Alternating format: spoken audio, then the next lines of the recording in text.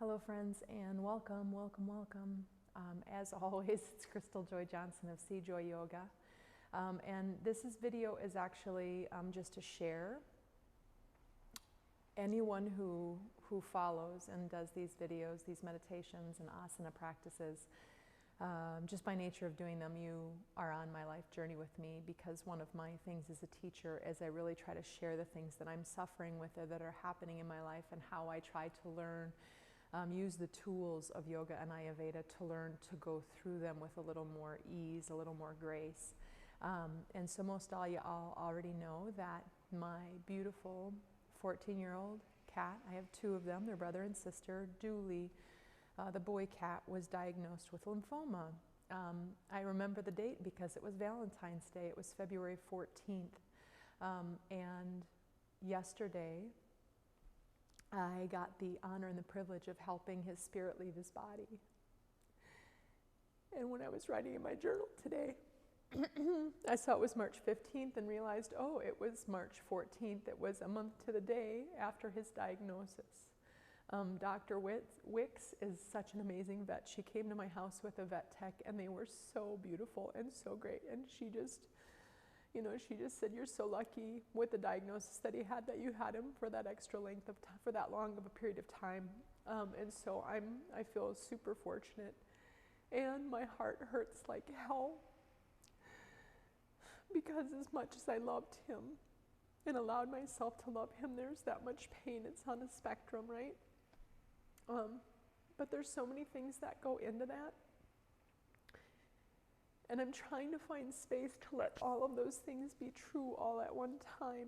The pain of losing him, the love that I had for him, the privilege that it was to hold that being, that beautiful being, in my arms while he left his body. The laughter that he brought me every day, that, oh, thank goodness, for 14 years I've been able to laugh, and he's helped me find that. And also the sorrow that I won't have him making me laugh in the future. Just right, there's just so much that goes on with grief and loss and losing someone, whether it's to a death or a divorce or unrequited love or whatever that is, right? There's this loss that happens. And so how can we hold and make space? And last night I wanted to do distraction really, really bad. And then at the last minute I said, no, I don't want to distract myself. I want to sit with this. And so after a phone call with a friend, I just sat. And I cried and I cried and I meditated. It was more of a cry session than a meditation, but I'm still going to call it a meditation because I was trying to meditate. And I'm going to separate it out, since this video is probably a little lengthy to put a meditation on the end. But for the past few months, I've been practicing Tonglen meditation, which is sending and receiving. And it's this beautiful technique. And I started doing this meditation from hearing about it through two really lovely teaching resources that I love, Krista Tippett, Sharon Salzberg, and actually ended up hearing it in another place too. I think it was Tarbrock, but I'm not sure, talking about how during this time of COVID, it might be wise. Krista Tippett was talking about Apima Chodron says, especially during this period of time with COVID and all that's going on, and social unrest and political mayhem and all the things, that Tonglen can be a really helpful tool. And it is, and it's been great. For the past month, right, I've been breathing in as much of Dooley's suffering as I can, and then transforming it and trying to send him peace and ease. And that's really helped me through this process. And this morning, when I sat down to do my meditation, my Tonglen meditation, there was this moment, and it wasn't with tears or anything else. It was just like, I don't have to breathe in Dooley's suffering anymore. He's not suffering.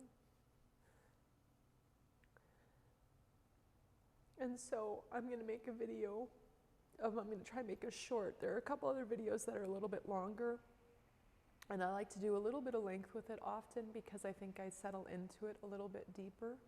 But that said, I'd like to give you a taste of it. So after this video, I'm going to put up a short Tonglen meditation. It's sending and receiving. So if you, I mean, anybody can do it. It doesn't have to be grief and loss. But again, that's been a focus of mine for a little bit, just with what I'm going through. And I know a lot of other people going through grief and loss right now.